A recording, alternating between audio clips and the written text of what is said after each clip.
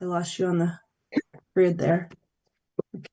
And Michael Hey, oh, Lau is absent this evening. yeah. Okay, first item on the agenda is a public hearing for definitive frontage subdivision on Warner Road and East Bear Hill Road in Harvard. So Pam, this is kind of a unique situation. You want to give a quick overview of what we're talking about? Sure. Under Mass General Law, Chapter 41, Section 81, a subdivision is defined as any lot that lacks that was created before the adoption of the subdivision control regulations, and it if it has sufficient frontage as required by the zoning bylaw,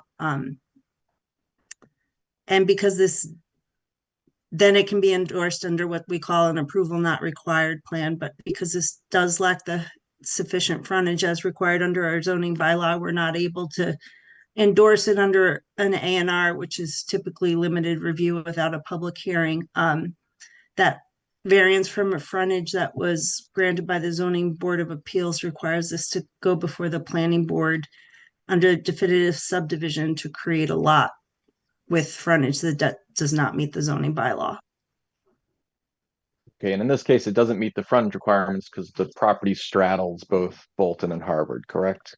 Correct. The original intent for division of this property was to create two backland lots under a provision of our zoning bylaw through special permit. But the definition of our frontage in our bylaw requires the frontage to be located entirely in the town of Bolton. And because this has frontage located on public ways, partially in the town of Harvard, we couldn't the applicant couldn't pursue the special permit for the backland lots, and they were required to get variance relief from our zoning requirements for a single family lot in the residential zoning district, which is 200 feet of frontage and 80,000 square feet of area. And so rather than treating this as an A&R, we're going to treat this as a subdivision, but not really a subdivision. Um, and so we'll have the applicant just give kind of a quick overview in a minute here. And then afterwards, Pam, I think we as a board might want to talk about how we provide a mechanism for something like this in the future, just in case, and to allow it under A&R instead.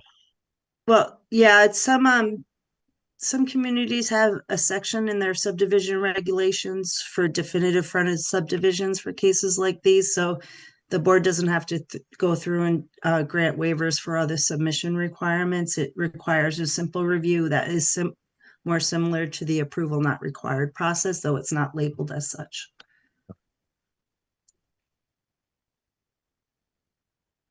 Does someone from the applicant want to give us a quick overview of the Sure. parcel? And Yes. My name is Christopher Yates, and I'm here with Brandon Ducharme of David Ross and Associates. So I'm going to be giving an overview, and then Brandon's going to go into the plan and the waivers.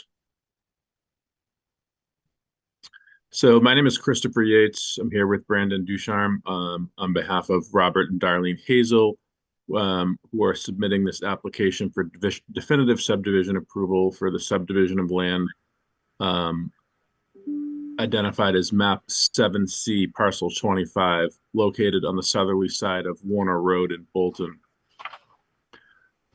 Robert and Darlene Hazel are the owners of the land and currently reside on the existing home located within the town of Harvard. The existing home is on lot 3. The subdivision divides the existing home located in Harvard, and it creates 3 house lots. Lot 3, which has the homestead property on it, Lot 2 and Lot 1, and then also Parcel A and Parcel B. Both Lot 1 and Lot 2 are proposed to be development of single-family dwellings to be located wholly within the town of Bolton. There will be no improvement to Lot 3 on the part that's in Bolton. If approved, Parcel A and Parcel B will be sold for nominal value, with a portion of the acreage being gifted to the Bolton Conservation Trust. Both parcel A and parcel B contain walking trails on the presently privately owned Hazel property, which connect to Warner Road in Bolton and also connect to other conservation land owned by the Bolton Conservation Trust. The town of Harvard has Sorry, already, Mr. Yates, real quick, where's parcel B on this? it's right there, down on the bottom. Okay, thank you. So parcel A is 2.9 acres. We're going to be relocating a portion of the trail off of lot 2 to keep it on parcel A, and then it will flow over to parcel B, which is 6.72 acres. The town of Harvard has already endorsed an A&R plan for their portion of this. The town of Bolton Zoning Board of Appeals has granted a variance for the minimum frontage requirement of 200 feet and the minimum lot width requirement of 150 feet at 100 feet back from the street line. So that's a brief overview, and I'll just turn this over to Brandon to talk about the engineering and the waivers. Good evening. Brandon Ducharme with Davey Ross. So as Chris has outlined, it's essentially we're creating 3 lots and 2 parcels. And as Pam alluded, we had initially started this process and submitted a A&R plan with backland special permit lots, at which time, once it was submitted, it was discovered that by the definition in the zoning bylaw, that we couldn't use the frontage that was located in Harvard. So again, this lot, these lots are located off of Warner Road and East Bear Hill Road. It's Warner Road in Bolton, East Bear Hill Road in Harvard. And presently there's an existing house on lot 3. So we've gone out and we had done testing with the Board of Health, prepared septic design plans, and we've provided for a shared driveway to serve both houses on lots 1 and 2, keeping the entirety of the driveway, the house locations, wells, septics, everything in the town of Bolton. The access is through the frontage within Bolton onto Warner Road, just as we look at, once if houses are there, obviously with emergency vehicles and whatnot, just to be entirely in Bolton. So we've been working for quite a while here with the Hazel family and with Chris Yates, just to kind of come up with a solution. We also worked with the Bolton Conservation Trust, and at that point, that's when these lots were reconfigured to create parcels A and parcel B. As you look towards the left side margin of the plan, you can see there's a triangle pie piece of property that's currently owned by the Bolton Conservation Trust. And then as you look at the lower right-hand side where parcel B is, where that land heads back there it abuts additional land that's owned by the Bolton Conservation Trust. And presently, there's a trail system that connects those 2 pieces that goes across the Hazel property. So in working through the subdivision, we have Can people please mute their microphones if they're not speaking? Thank you. so most of the balance of that existing trail system is within parcels A and parcel B. There's a small section of trail that would be relocated for the septic system of lot 2 that'll connect those through. So as Chris mentioned, there's some waivers, be it that this is a bit of a unique situation, and going through the definitive subdivision process, we have asked for waivers to basically all the subdivision requirements and adhering towards section 2000, which is that's required through the A&R process. And also we're asking for a variance or relief from the lot irregularity coefficient for lot 1. And in the prior submission under the backland, obviously the acreage would have been greater than 4.5 acres, which get kind of circumvents that lot irregularity. But in order to provide that land for parcel A and back to B, we've reduced the size of that parcel to 3.53 acres. And when you run the calculation from the zoning bylaw, we have a shape factor of 0.45, which is just under the 0.5 that's required.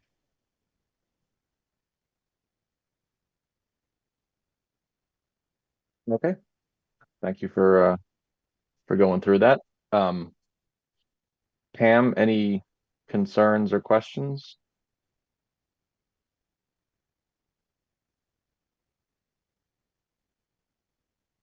No, we've been working with the applicant for many months now. I just wanted to point out to the board that as part of their ZBA application, the Bolton Conservation Trust has submitted a letter of support for the application.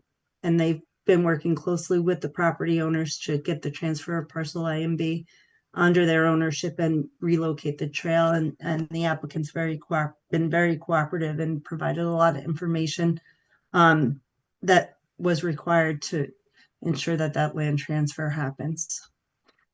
Great. So I know that the subdivision regulations, we can certainly waive those. The waiver on the lot shape, we're allowed to grant that, the planning board is?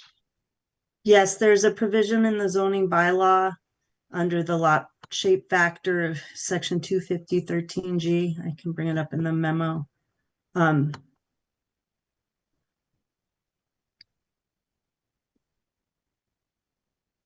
It states if the board determines that a less stringent requirement will result in a better potential house site, less environmental damage to the site, or better land use, they may grant a waiver from the lot shape factor. And that's right in the zoning bylaw in section 215.13G2C. Thank you. Any members of the board have questions?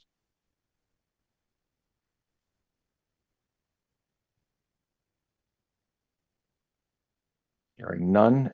Any members of the public have questions about this process? Hi, I do. I'm in a butter within 300 feet. Please identify yourself. Stephen Pine at from 178 East Bear Hill Road in Harvard. I wanted a clarification from Mr. Yates, who made the statement, and I quote, "A portion of the property in parcel A and parcel B will be converted to conservation land."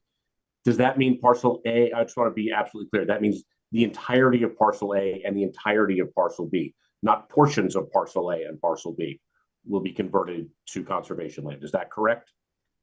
I didn't say that a portion was going to be deeded to the Conservation Trust. I said a portion is being gifted and a portion is being sold for. Portion being gifted, a portion is being sold. Okay, so what portions are we talking about here? So parcel A and parcel B are in their entirety are being either sold or gifted to the Bolton Conservation Trust. Okay, and there is no other, there will be no other disposition for that land other than a transfer either by sale or gift to the Conservation Trust. Correct. Okay, thank you. And parcel A clearly was not a buildable lot. I didn't get a great look at parcel B. Is that not a buildable lot also? It is not. Okay. Any other questions from, okay, if you want to.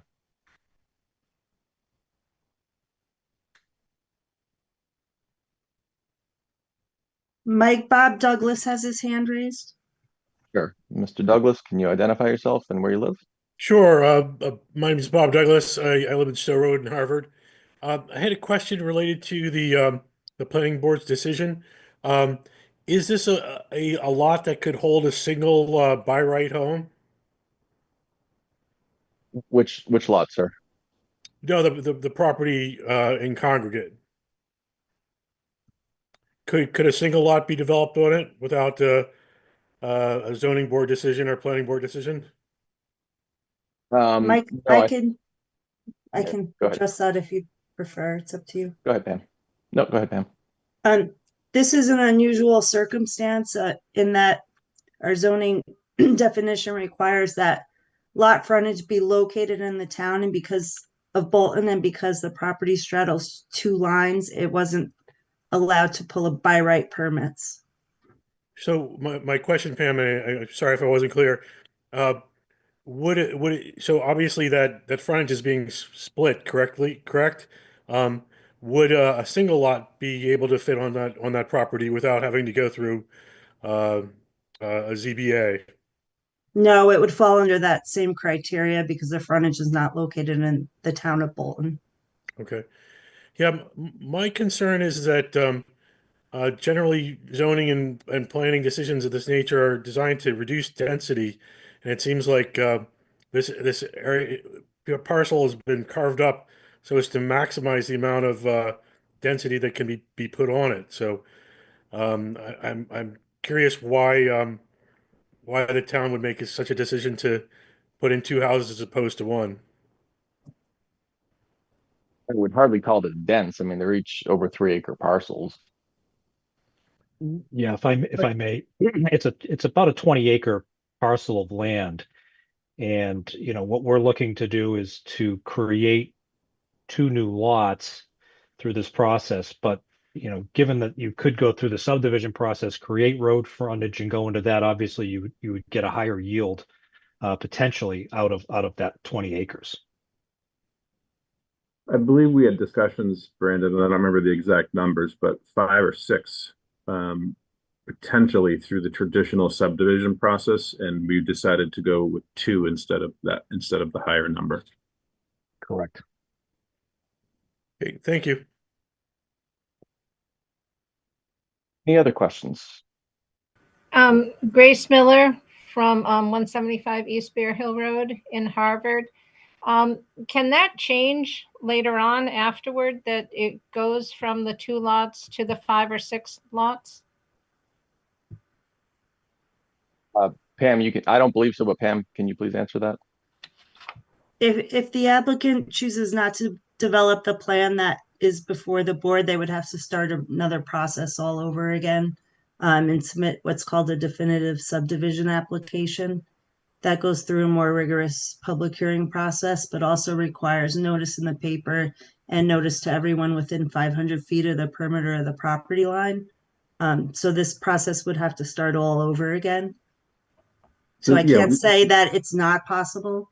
we've been at this process for about 1.5 years. And we're under a letter of intent with the Bolton Conservation Trust. So as soon as, if this is approved tonight, then we will take the next step to record everything that we need to record, and then deed the land through gift and sale to the Bolton Conservation Trust, so that all that will be left are the two approved lots. So there are no plans to not go through with this approved plan should it be approved tonight. Thank you. Any other comments or questions? All right. Oh, sorry, didn't do the hand raising thing, but do I have, let me see if I have a voice. Go ahead, please identify yourself. Oh, you've muted yourself. Let me, Yeah. Oh, you did it again. You're on mute. how about that? There you go. A single tap. Okay. Well, it's good. I am in a butter here, and I have to say that I am heartened by the effort that the Hazels have made to fit their kind of family plan into my backyard, and they've done it in a way that I think is quite remarkable and kind on the environment and on the neighbors. I walk out my back door and into those woods and then on the path and out, and they're going to allow me to still do that. And that there will be that public access walkway that will still be available to allow people to do that. And I think that they've done a great job. It's really, and I congratulate the designers as well. I mean, it's an ingenious way of solving a complicated problem that seems to be a win for everybody. Okay, thank you for the comment. I'll just add on to oh. that if I can. Sure. In my 22 years of doing this, I've never worked with a family that has been more cooperative with two different towns and, bringing a plan before the towns that is less dense than they could have to preserve Yeah. open space around their property for their benefit, to have house lots potentially for their children and to protect their neighbors. So I would agree with what the last abutter said. Excellent. Patricia Soretto, do you have a question? Hi there, this State is your name and Patty address. Oh, can you hear me? Yep, just please state your name and address. Yep, Patty and Ken Cerrito, 181 East Bear Hill Road in Harvard. My first question, and then I think we have a comment, and maybe I'm getting the cart before the horse.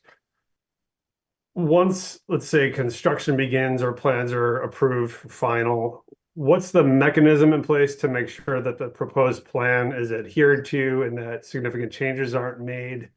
And where do things stand currently with respect to, say, placement of leach fields? There's at least one that's right next to an abutter as well, or at least really close.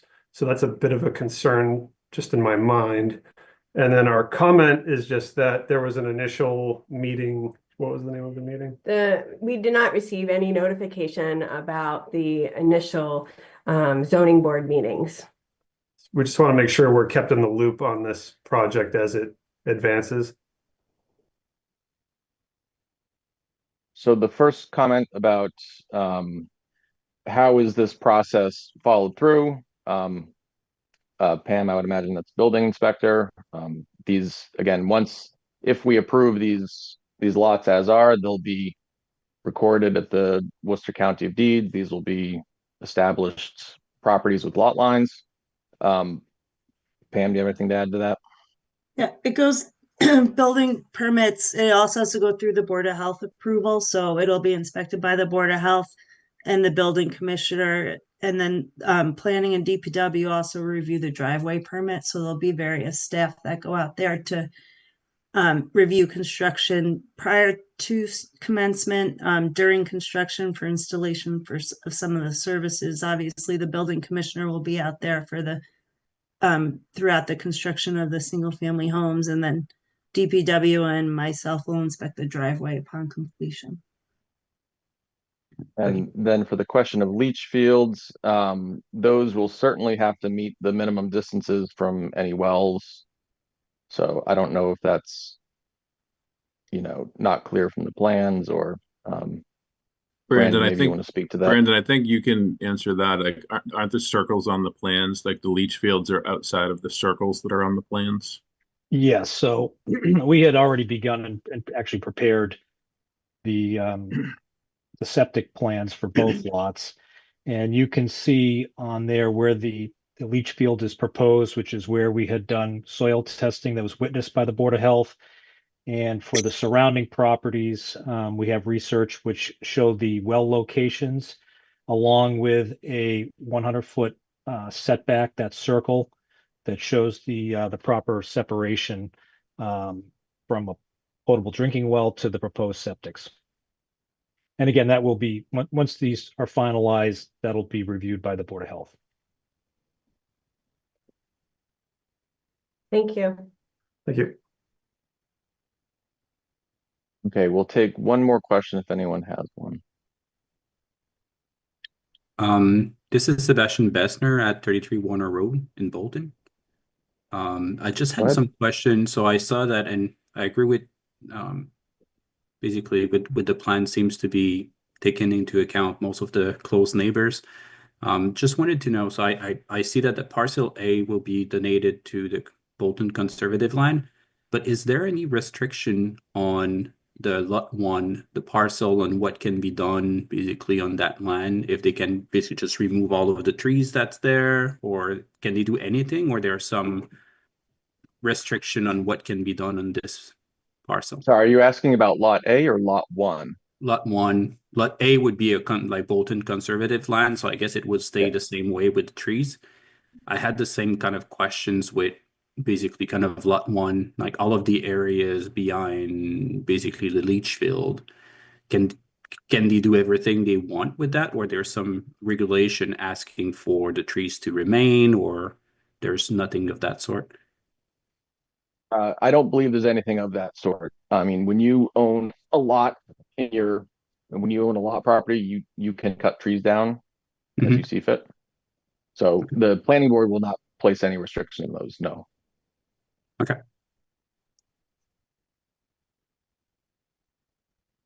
Okay. I think we've had a lot of discussion about this. Very good. Thank you everyone for your input.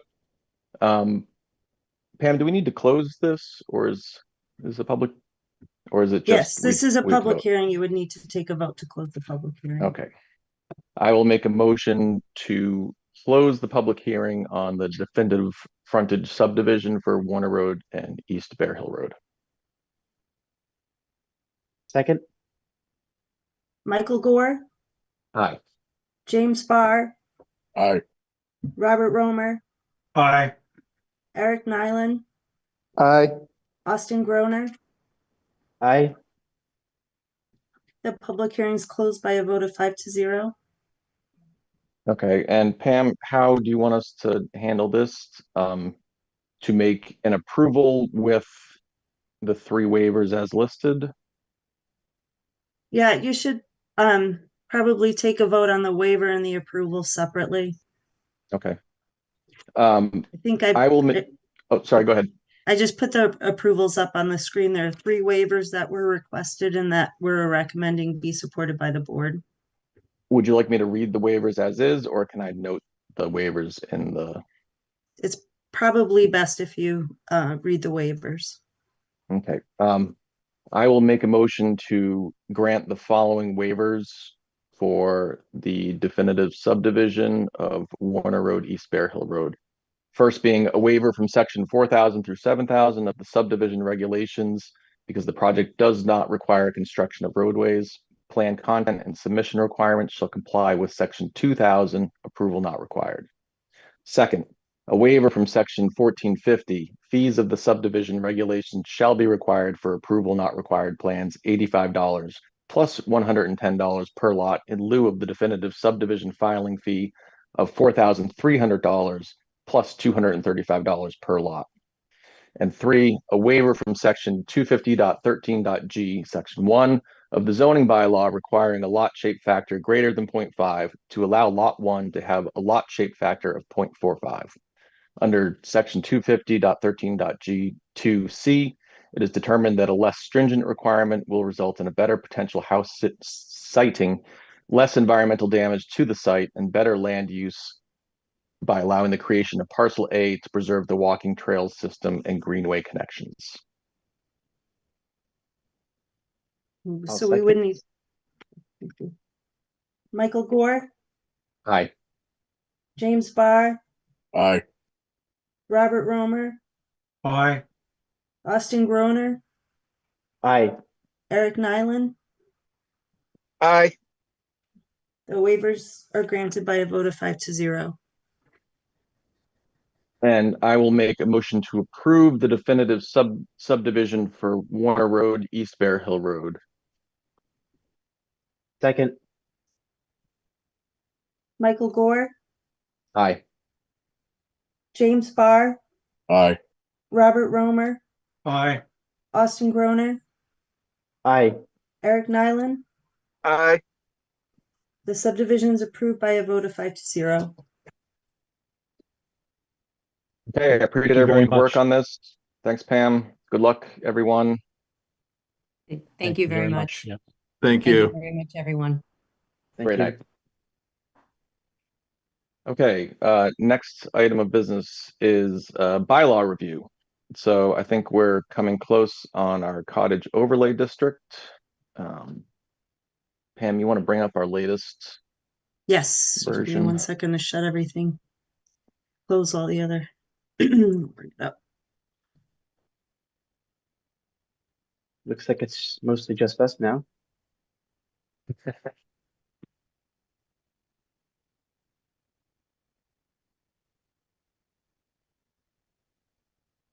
And Pam, did you you got a chance? So I spoke to you earlier. So you had a chance to meet with Bill Brookings and kind of go through some of the high level stuff of what we're looking to do, and he was generally positive on Yeah, how we're doing it. I met with Bill the Friday after our last planning board meeting, and we reviewed the shared system and I reviewed the proposed density that we last discussed at the cottage bylaw, which equated to $10,000 square feet per bedroom. He said that's exactly in line with Title V and what they require, so he felt that was a good idea. He liked that it would be allowed in the open space areas and under common ownership and control. He said there's a variety of ways that you can do that engineers typically design that based on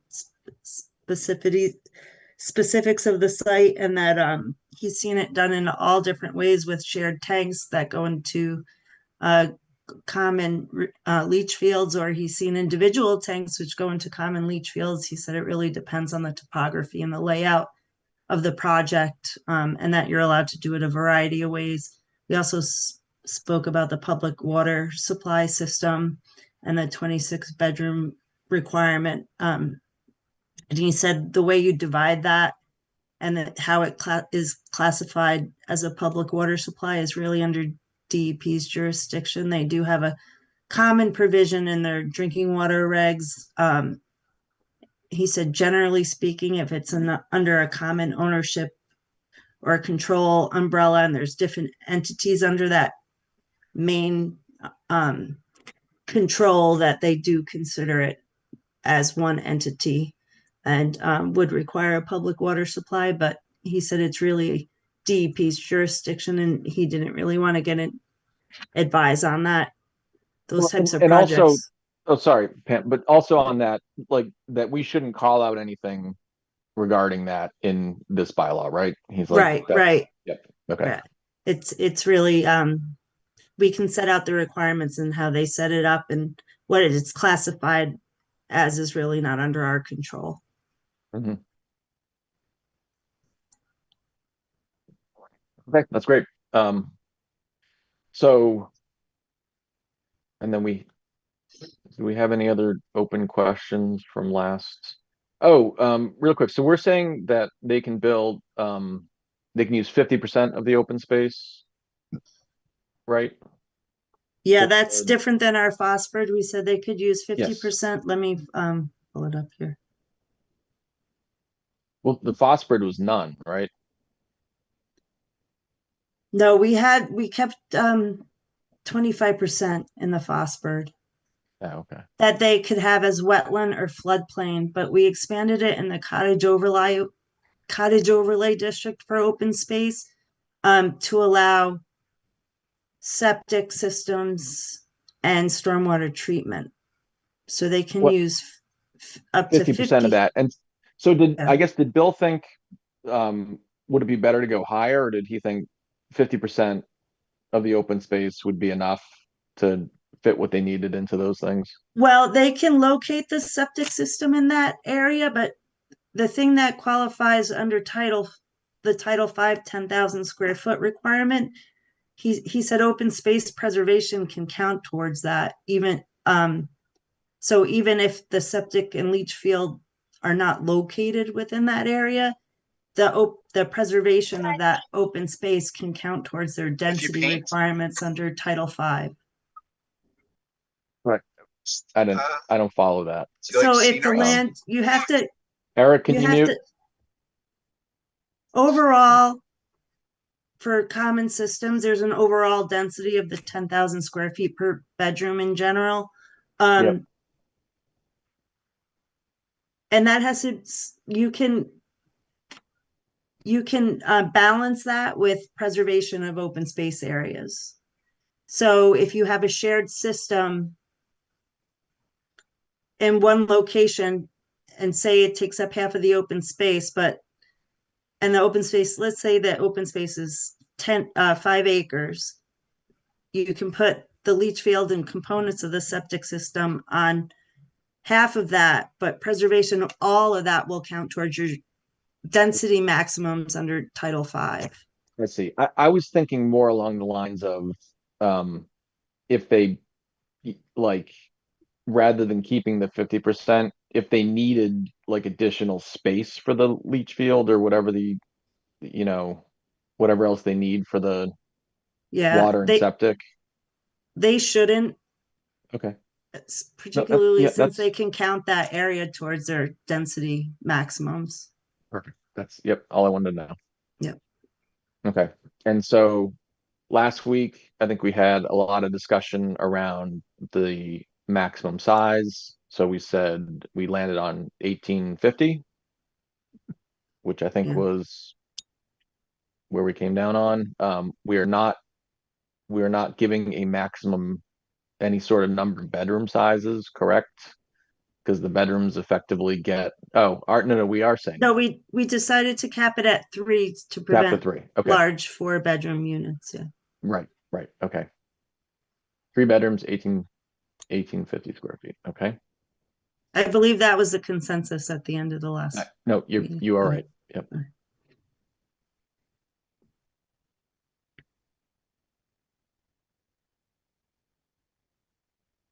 Okay. Is there anything else that we need to go through on this? I think that was it. I just have a question looking through it, because I copied the open space in the farmland section. And I was just wondering if farmland was doable, because if it's operating farmland and we're allowing septics and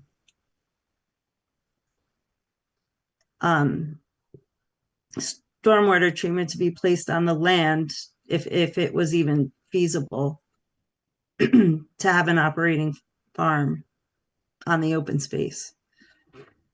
Yeah. That's a good point. I mean, Bill would be able to provide that input right away, wouldn't he?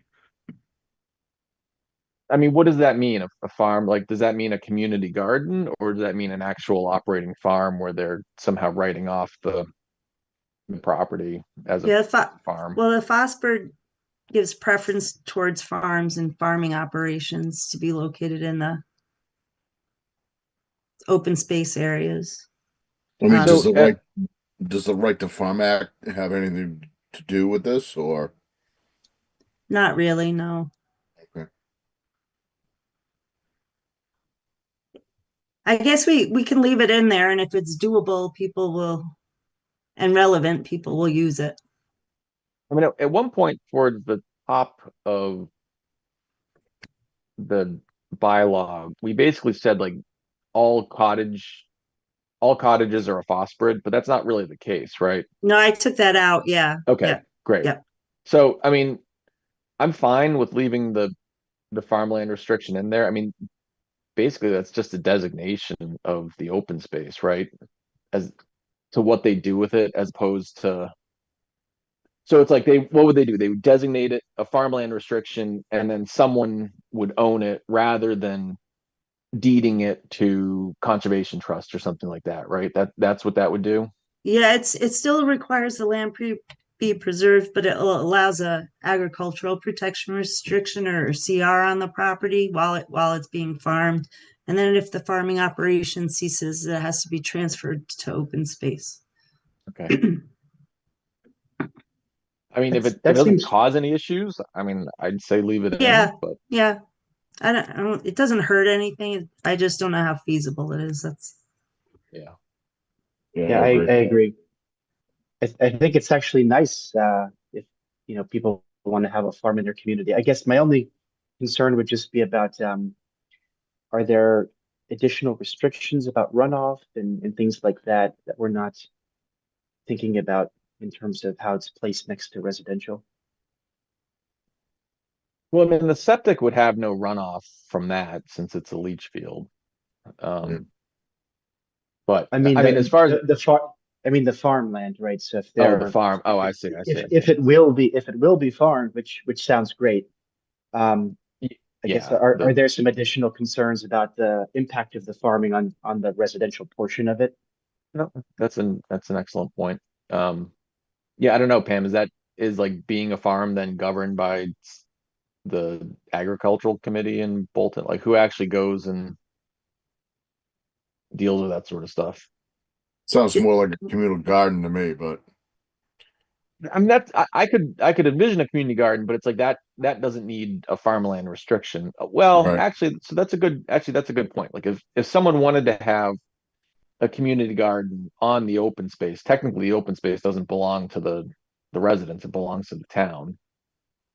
Would a community Wait, no, garden there is a qualify? provision, there is as long as it's protected, it is permissible to allow it to be transferred to a homeownership association. Okay, and then they could have a community garden on it. Okay.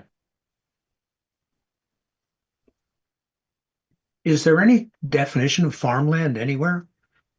No, we don't have a definition of agricultural. Well, and that's why it goes back to Jim's In question. You know, like being a right to farm community basically means you can't complain about your neighbors, you know, the smell of their, you know, chicken crap and all that stuff. So um, I don't know. I mean, we can leave it in there for now, and we can ask that as a question. So I mean, I think the next plan, Pam, was to or the next step is to send this around to Concom and various other people and solicit feedback from them. Right. I also came just trying to find some relevant projects. It seems like there's a development in the industrial park that was permitted under Chapter 40B in Bolton, which is pretty similar to the criteria outlined in this, but they're developed as single family homes. They're all Bolton Woods around, Way. yeah, they're all around Yeah. 2,000 square feet, and they're on small lots with a common septic system located on open space. Oh, they have common septic up there. I didn't realize that. Yeah, we've used, or I know Eric is pretty fond of the Bolton Woods Way development. It's very popular. Those houses sell quickly when they come on the market. And for a And lot. and for yeah.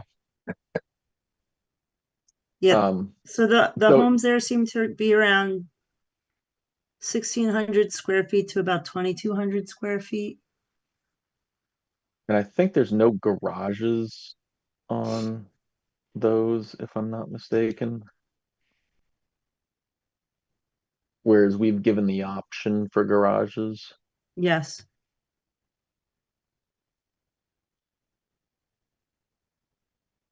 But Pam, I think your point was that they could build something similar. Yes, that was with the this. point of that. Yeah. No, and that's great. I mean, I think that's again, when we eventually go to town meeting, I mean, if we can hold up examples of other towns, even conceptual stuff, what someone could possibly build through this bylaw, I mean, that's the best way to do it. And I know the Bolton Woods Way one is a pretty popular development in town, so that's great.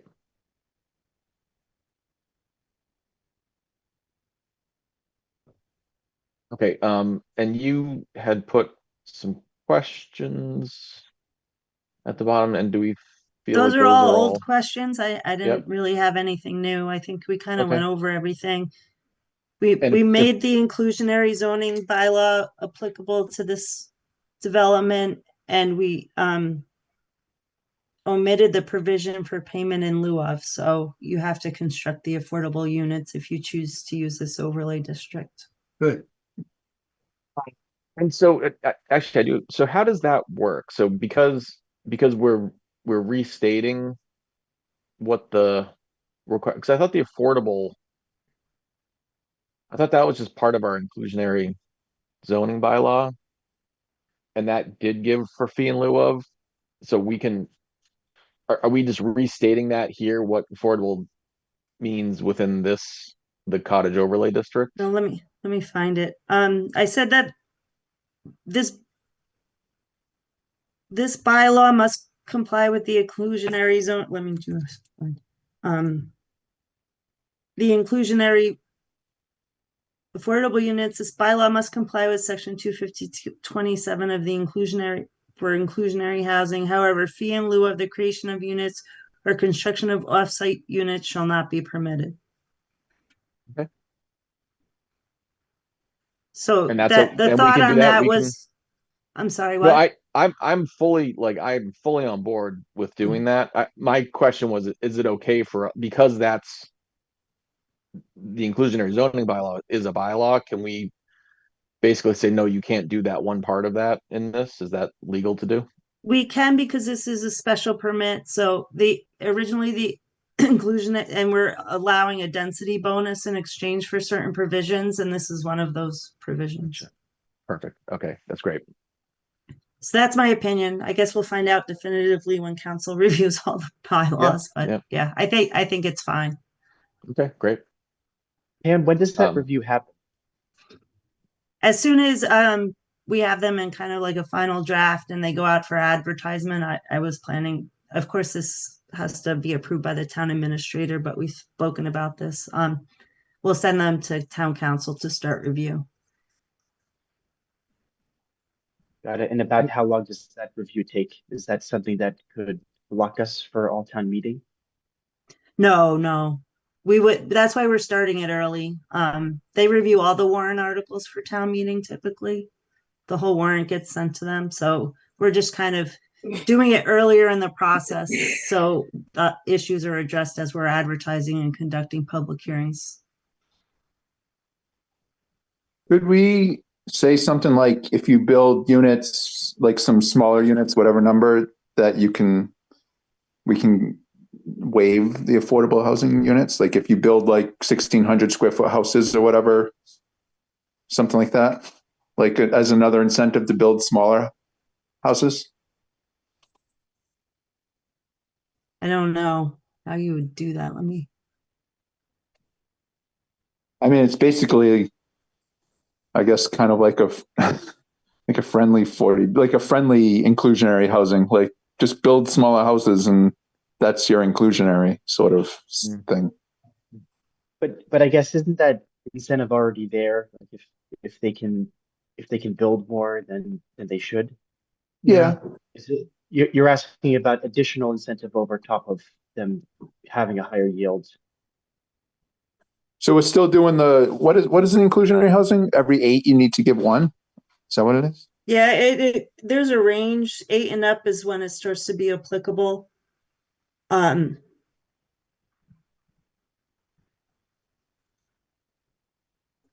It's about 15% of the housing development. There's a table in the bylaw, but it equates to about 15%.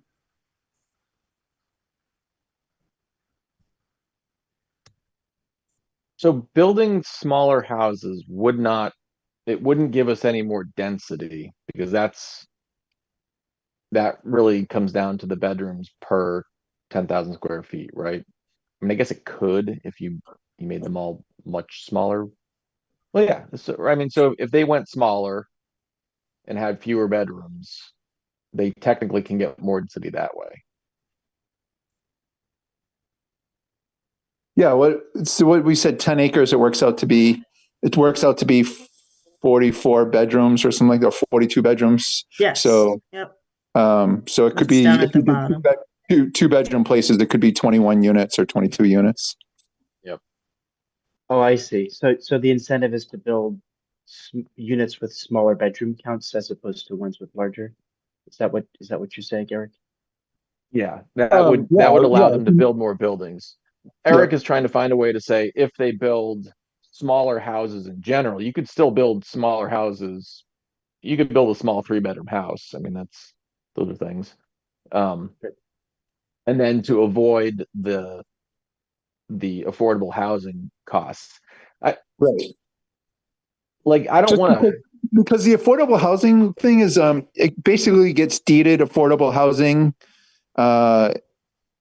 It's like a deed restriction on it. So if they don't if for some reason they don't want that, if it's an incentive not to have that, to just build smaller houses that sell at market, whatever that happens to be, and it's not like this deeded thing, maybe it's more incentive to build 1,600 square foot house, or whatever we say. I mean, because I like the thought of it, and again, if it would incentivize to, 1850 that's a reasonable size house. I think. No, it is. No, it is. I was just trying to. Yeah, part of add it is in like, something. but I don't want to complicate the bylaw, because when we go to present it, I want to be like, we're trying to get people to build 1,850 square foot houses, right? And if we talk about the kind of the minutia of like, oh well, how do they get out of doing the affordable ones and make it smaller? Maybe I would say we do this one now as is, and then I'm sure we'll need to tweak it at some point, based Yeah, on sure. feedback Okay. or whatever, and maybe do it then. I like because the whole point is to make the whole thing affordable, like Bolton affordable at least. Sliding scale. Exactly. Yeah. I So rather than, I like yeah, I like the iterative design. I think that's a good idea. I think doing it this way a little bit more simply, and then having people use it, and then adjusting it based on our learnings and findings is a good approach, rather than try to engineer it from scratch to be perfect. Yeah. Well, I think, yeah, I agree with that. And I think by adding something like that, we're going to complicate it to the point that we may lose the sale, pardon the expression. Yeah, no, I agree with that. Okay. So Pam, I don't know if you just want to clean this up, remove kind of the highlights. If I think all of the questions, like you said, we've kind of gone through those, the age Yep. restrictions and all that. So if there's nothing else, we're waiting for responses from anybody on, then yeah, I say we start shopping it around. Okay. I was gonna put a zoning bylaw tab on our webpage and just put all the bylaws under, start posting them for public review and comment. Yeah, that'd be great. Okay. And so review suggested changes. So you had examples and Board of Health requirements. Okay, so we discussed those. The phosphid revisions, do we have anything left on those? No, we took out all the density bonuses and so really I can pull it up. Hold on.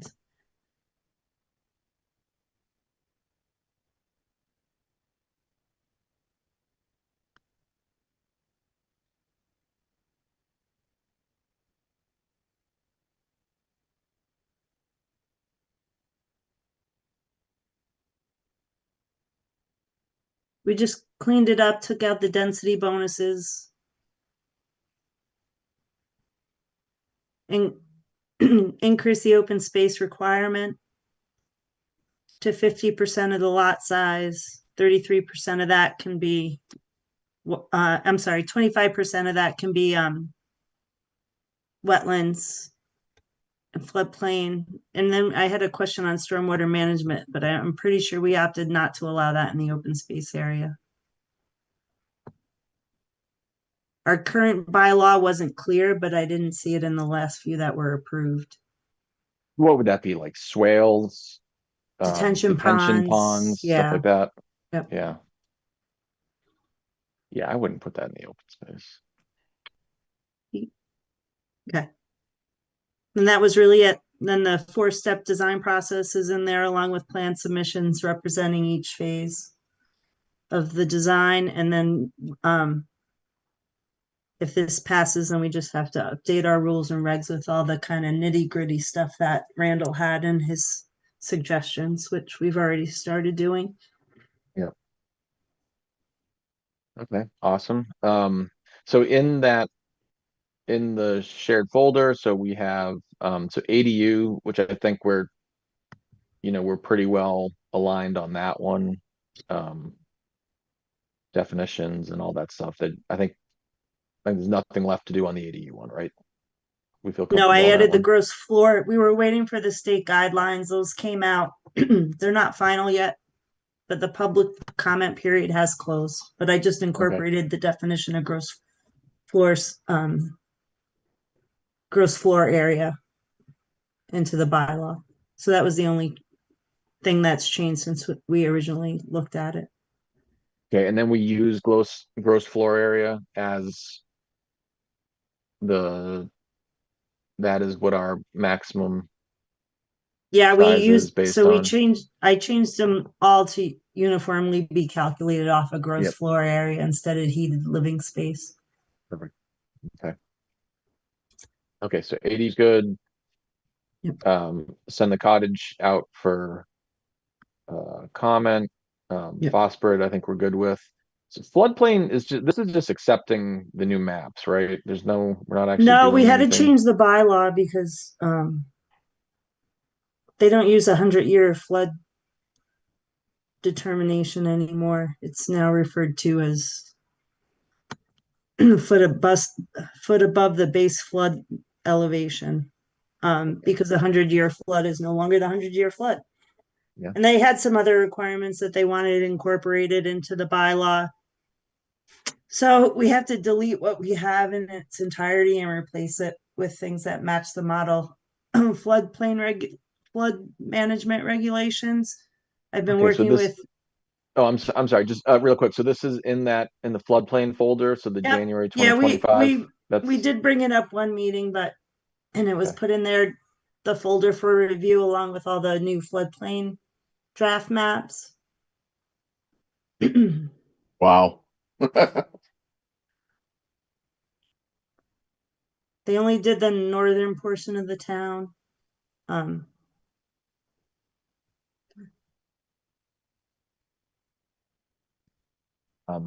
mean, we can get into it later on, but are we gonna have? Do you think there's gonna be a lot to present on this, or is this typically whenever we do new floodplain maps, we just say, "Yep, new floodplains, accept them," or new maps, accept them, and there's typically, as far as I can remember, no discussion on them. But most of it is honestly the same.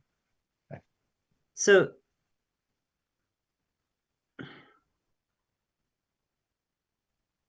we did receive a letter last week that they approved our maps, but they won't officially be adopted. I think it said until July 13th or something release. So we have to change those dates. I've been working with the floodplain manager for Central Mass, and she went over our bylaw and approved everything. We just had to incorporate some changes, and we now are required. We never had a floodplain administrator in the town of Bolton. You're supposed to, and now it's required to be placed in the bylaw. So that's something new. And what does it's that mean? Is incorporated. that another job for you? Yeah, I'm it. Nice. So let me get this straight. They're getting rid of the 100-year floodplain and they're moving it to flood. What's the wording again? It shall be defined by the 1% chance of base flood elevation shown on the firm.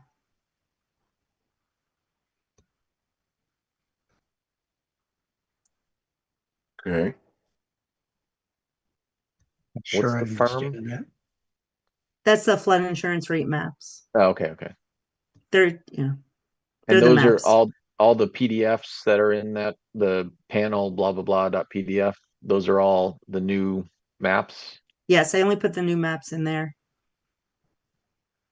And you said they only changed the ones on the north side of town? Yeah, I think we have Does that just mean 12. nothing changed on the southern side? No, they didn't redo them. I see.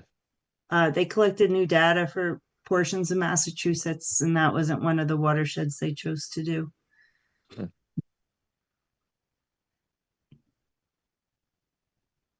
Pam, I did you went notice how much through the they new changed? maps.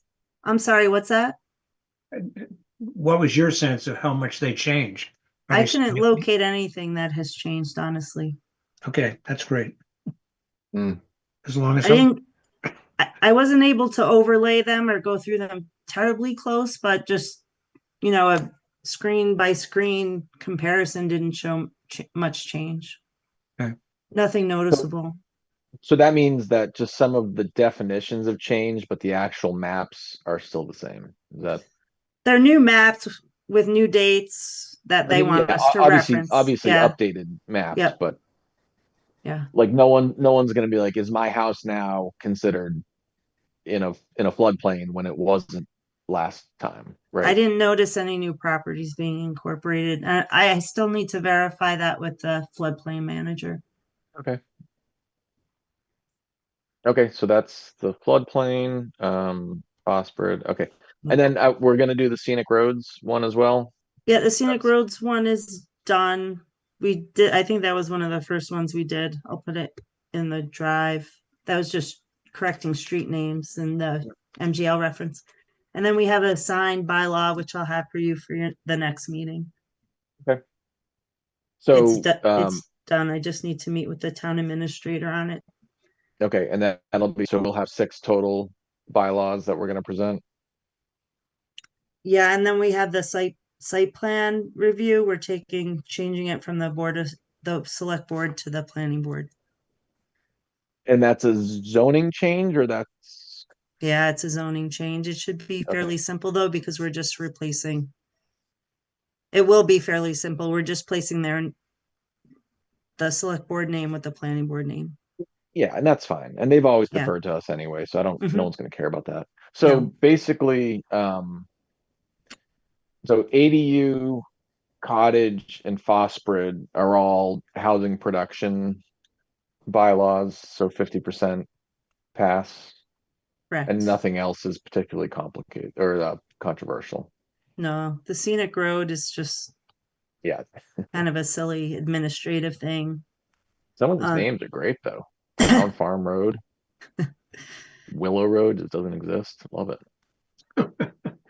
And the changing the site plan will just kind of eliminate a step, because we've always had them have to go to the select board and then be referred to the planning board. And Yeah, it was always, that was silly. It was a silly step that we did.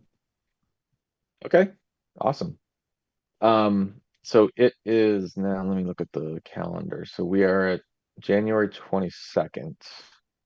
So real quick, when are our February meetings going to be the 12th and the 26th? Are we going back to Yes. 2nd, 4th? And then so March would be also 12th, 26th. correct. I can't do March 5th. So yeah, if we go back to 2nd and 4th, that's good for me. Great. So when do we want to have public hearings for these? Is February 26th?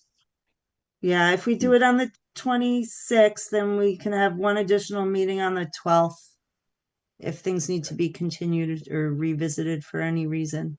And then the final warrants, the final bylaws are due the 13th. Okay. Is that good with everyone? So the 26th will be public hearing for comments on the articles. That's fine for Fine, me. good. Does that meeting have to be in person, or is it's fine for it to be remote as well? I mean, Same as always. we can do whatever we want. That's one of those ones where you never know, like 2 people may attend or 20 people may attend. Tough to say. I'll leave. I mean, we've got to post that, so I'm fine with doing that remote if everyone wants to keep doing that. If we feel, I mean, doing it remote just we talked about this before, kind of allows us to, we could bring up some example pictures of other housing developments. I mean, we could do all that in person too. It's just a little bit harder. But I am totally open for people's feedback. I mean, Pam, when do you need to post that meeting by? The As ads long are as you due in the paper the 7th. February 7th. Does anyone have a strong opinion either way? Fine either way. Pam, I you think good if with we your ever- remote? I don't mind going back in person. It would be kind of fun to get back together, but I do think that we should investigate doing kind of a hybrid, because I think we do get people attending online that we wouldn't get in person. So I mean, I don't know that I'm yeah, ready to- I don't want to do that for that meeting though. Yeah, I agree. Yeah. I'm just we saying, either I do it don't- yeah, in so person or maybe- remote. I think we should maybe investigate, since it's just like within a month, we should investigate a potential way of doing hybrid, because I know even, for my family, it's tough, to figure out how to get to a town meeting, so. Yep. Could we do it in the Houghton building? Yeah, I think I mean- that would be fine. In the future, I think that would be fine. Like, the home building is good, but like, if we could figure out a way to do hybrid, I think that, Well, no, I mean, we even there. oh, what do you mean? Could Like, that be just- the in-person location to the hybrid, right? The hybrid will have both. Right? Yeah. So you can do a hybrid meeting from an in-person meeting in the Houghton building, in the Lois Alex room. Yeah, so yeah, I mean, oh, sorry, Mike, go ahead. We don't have a great obviously, like, I do this in my work all the time where we have a conference room and there's people in the conference room and then everyone else is remoted and everyone does. We don't have that sort of technology here in town. And so what we do is we put a laptop like over, and then someone's got to kind of monitor the laptop. I don't love that experience. So, I'm not, I would say if we, again, so we have two questions on the table. It's do we want to do the February 26th public hearing where we discuss our bylaws? Do we want to do that one in person or remote? And then I think the other question is, at some point we'll probably have to go back to in-person meetings. Hopefully not when it's 9 degrees out or whatever it is tonight. At that time, do we want to allow for a remote option for our in-person meetings? And I'm iffy on that one, but we'll totally listen to other people's opinions. Well, I think we ought to try it out. And Yeah. if it turns out to be a nightmare, well, there's the answer. Yeah. But I just did it last weekend, a board retreat for 4 or 5 hours with a third of the board not in the meeting. And Yeah. we spent, I would say, an hour making sure that everything was right before we started the meeting. And, once we did that, it was fine. Yeah. But it was getting it right in the beginning that took a lot of time. Yeah, we don't even have a projector that works well, so it's kind of difficult I can with our provide that. technology. What's that? I can provide that. Yeah. No, the one that I used, I've used for the Conservation Trust for a long time. It's very powerful, very reliable, and it ties in very well to a laptop. The advantage of that is that you can project things that people can see on Zoom and also see in the room at the same time. And that works pretty well. Yeah, I think if we had, that along with like a spare laptop setup where people in person could come up and ask their question into the laptop or something, so everybody, something so people can hear questions and stuff remotely. Yeah, that's the problem. It's hard for the people remote to hear what people are saying. And we got around that by putting one of those multi-directional phone things at the end of the table, so people could stand in front. Yeah, and they were very audible. Yeah, in I any think case, it takes a lot of thinking. Yeah, I But think like once you Mike's get it saying, right- I think we can make it work, and I think hybrid should be the way we go, not just in person, but right now it's only a month away, so we just plan to do remote. Yeah, I agree. I agree. Let's figure this out later. Yeah. We should figure it out. I mean, the town should have, like, this would be a great thing if the town just had a comment set up for everyone to use for those sorts of things. I mean, this will Yeah. probably start coming up as a thing once, I mean, I don't know if the governor's gonna extend the remote meeting order. Hopefully. Yeah. Yeah, I mean, if he doesn't, we don't have the authority to do hybrid meetings.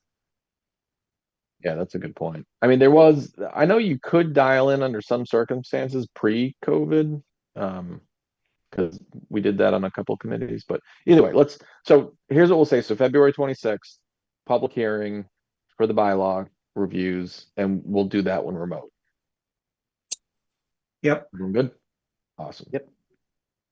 Okay, the next item, Pam, annual town report.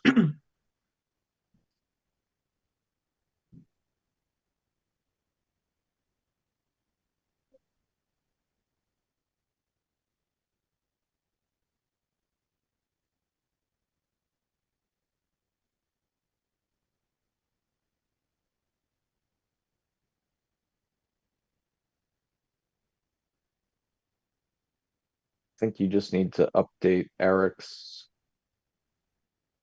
term expiration, because I think he just ran. And Bob, are you up in 2025? Yep. Okay. Bob and Mike. Want me back on the board? Definitely. Yes, please. Yeah, I read through it. Looks great.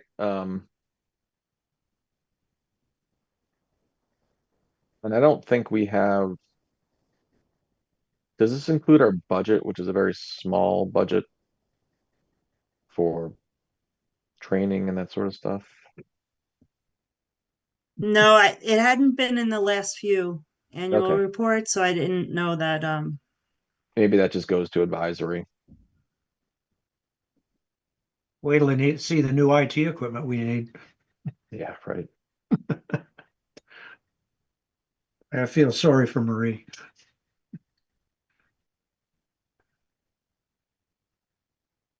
Okay. Did anyone? So again, the annual report goes in the warrant for annual town meeting that gets sent out to everybody, and just kind of says what we've worked on for the past year. Yep.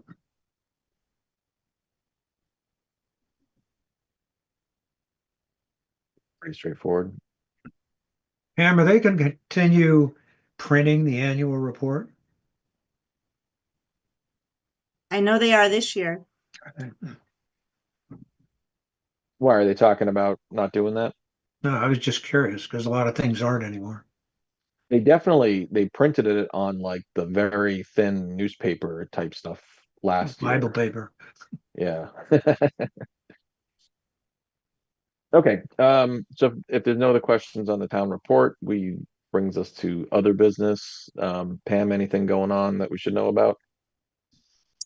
I met with two prospective applicants that will be hopefully moving into the vacant buildings at 58 Main Street. One was a warehouse for a screw and bolt manufacturer, and the other was an HVAC company. That's good. So we're hoping those projects move forward.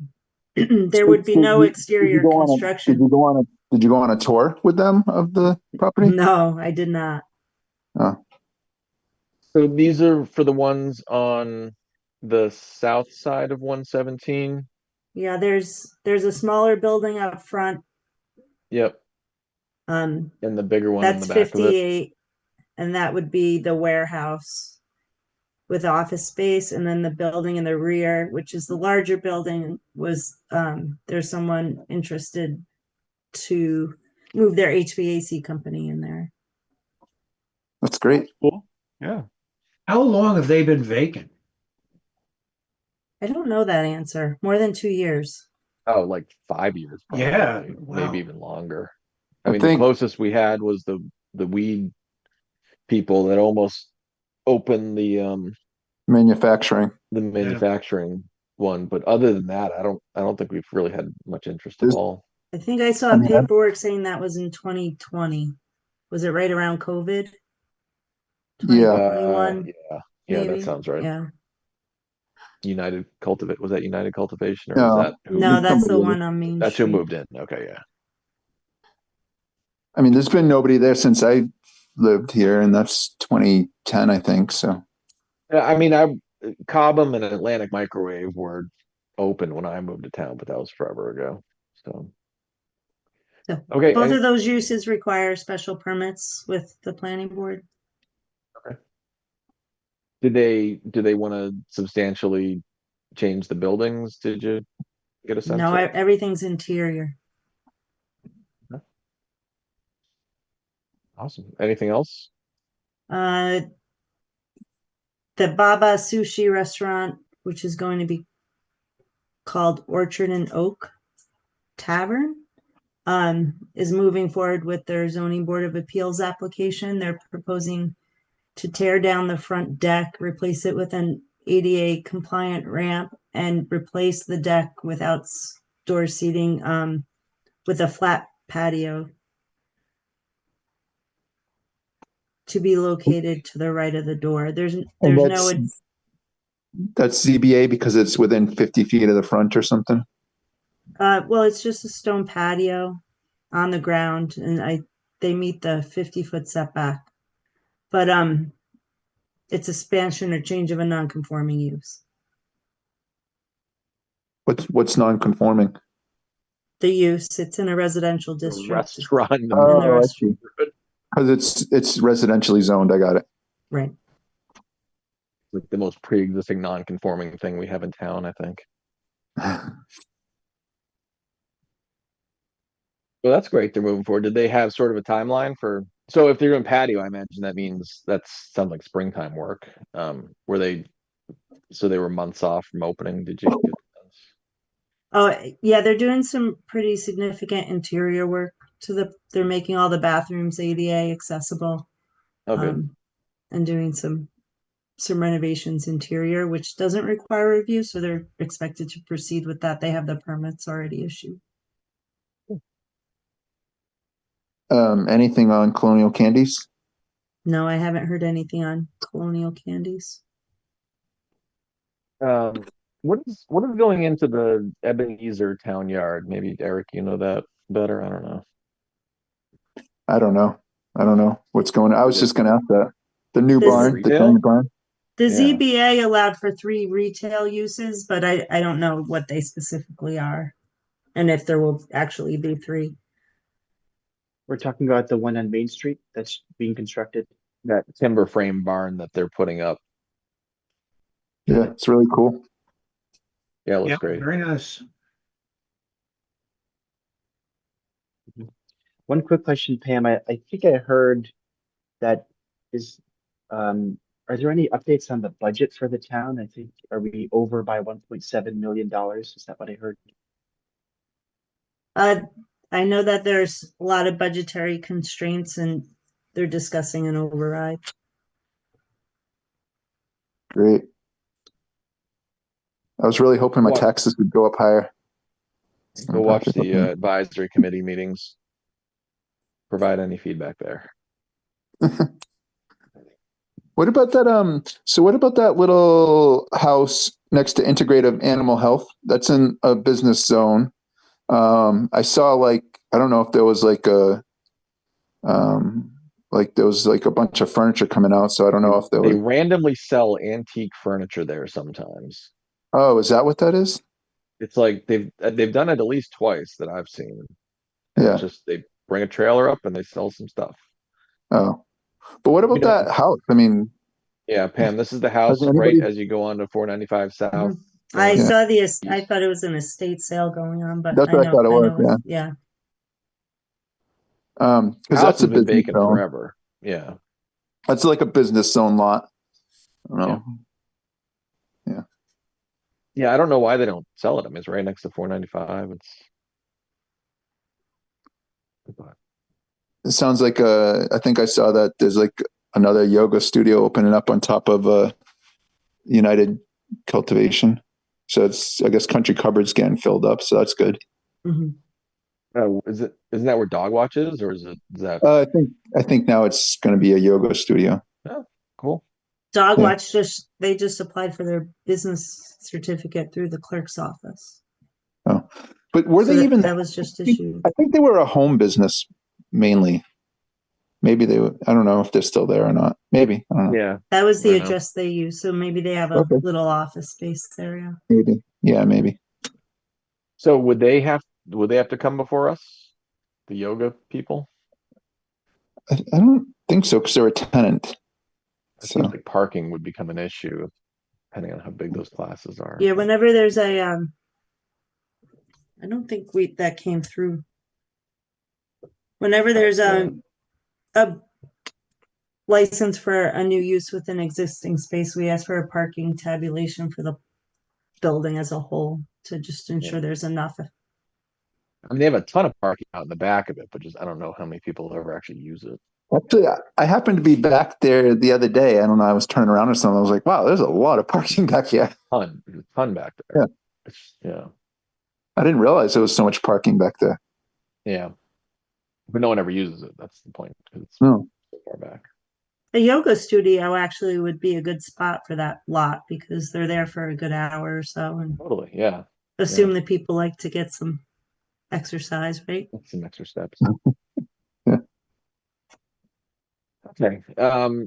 Anyone else want to discuss anything?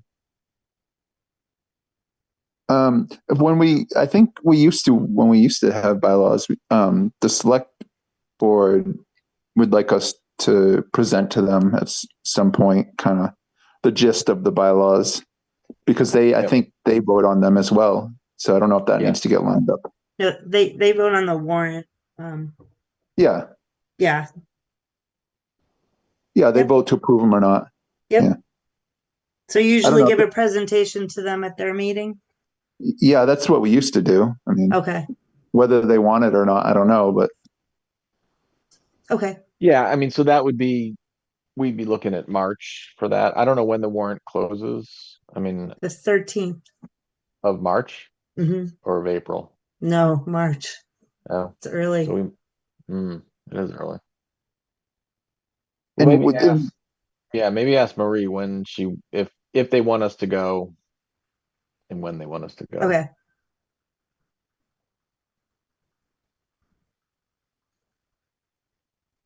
yeah, because it would be good to have, everybody on board.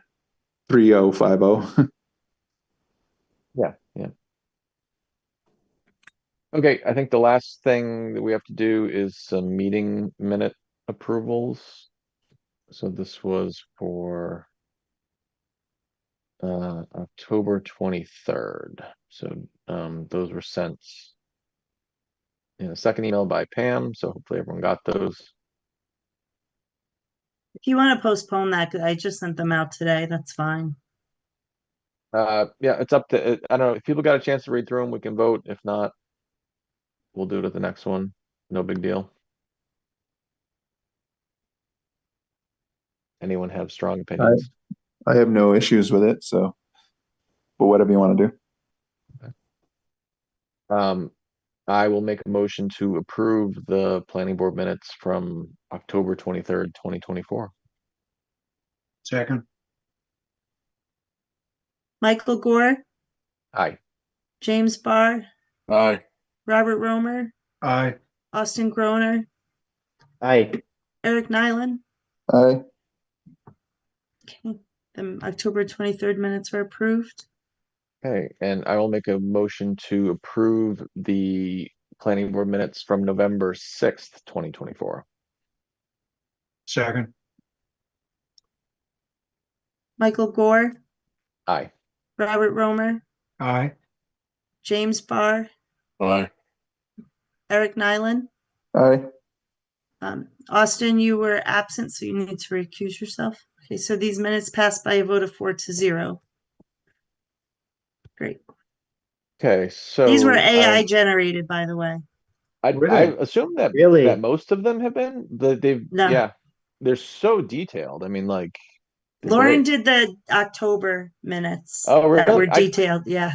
They were originally, she does very detailed minutes, and it was originally 9 pages. And I told her that was, we, Sorry. One of the last it ones was we a did li- was, yeah, it was so many pages. I was like, this has to be AI, like, because who would type that out? So AI Um, actually condensed it more than the manual version. Oh, Well, Um, another person loses their job. Passing the savings on to the residents of Bolton. So, Yeah. So our next meeting will be February 12th. Is there anything that you have on the horizon for that one, Pam? Any hearings or? There's street acceptances. We're gonna do some work on that. We have the as-bills and the roadway layout. They're Is for the it just the Tadmore Goose one? Pond. Yeah, we only Yeah, have Goose one. Pond. Yep. Have you been like, does that seem all straightforward? Has DPW had a chance to go out and do their inspection and all that? Yeah, they have. There's a couple issues with it in terms of easements. One of the drainage pipes is located out of the reserved easement area, so we have sent some requests over to town council for them to review and make sure we have the correct easements that are needed. And But we in don't. terms of the Oh, sorry. construction and the status of the drainage, other than that pipe location, everything is in good shape. Okay. And that we don't present that, right? That is a select board that presents street acceptance, I think. They petition the select board for street acceptance. The select board refers it to the planning board for recommendation. So you don't provide an authoritative vote, but you do provide a recommendation. Okay. But then at town meeting, it's select board that is presenting that article. Yes. Typically I don't know, I haven't been through the process in Bolton before. I can go through that more specifically on the historical practice, but my experience has been the select board, they're responsible for conducting the public roadway layout hearings and notifying abutters for that hearing, for acceptance of the way. And they place it on the warrant, and the planning board is responsible for making the recommendation. It is supposed to be a town meeting. It can be written or verbal. Okay. So, other than that, I just want to kind of figure out like what we're gonna, I mean, in case we want to do any last minute changes, or if you get feedback on cottage or any of the bylaws, that we have time during that meeting to go through those before Yes, the we have. public hearing Yep. on the 20th. We have a Okay. bond reduction request for Tadmore. We have $250,000 of security being held. I don't know if For you'd the- prefer to wait to have it released all at once or Yeah. Is that pay for for the the road request mostly? of the, what's that? Is that for the road mostly? The 250,000? It seems like a lot. Yeah, we have it for a variety of things. There is no line item in there for acceptance or transfers. No, yeah, no, which not we'll have road. to I mean, incorporate. the paving of it. I don't know that we ever released bond after they paved it, which was, No, I don't know what it seems like it's the original amount. There was a bond calculation in there for a reduction, but I can't find evidence that the board voted on it. we haven't had like any communication with those people for years, Okay. really. So, okay. Sounds good. Anyone else have anything? No? Okay, if not, I will make a motion to adjourn. Second. All those in favor signify by saying aye. Aye. Aye. Okay, everyone, have a great night. Stay warm. We'll see you February 12th. All right, take care, everybody. Thank you. Okay, Yeah. bye. Thank you.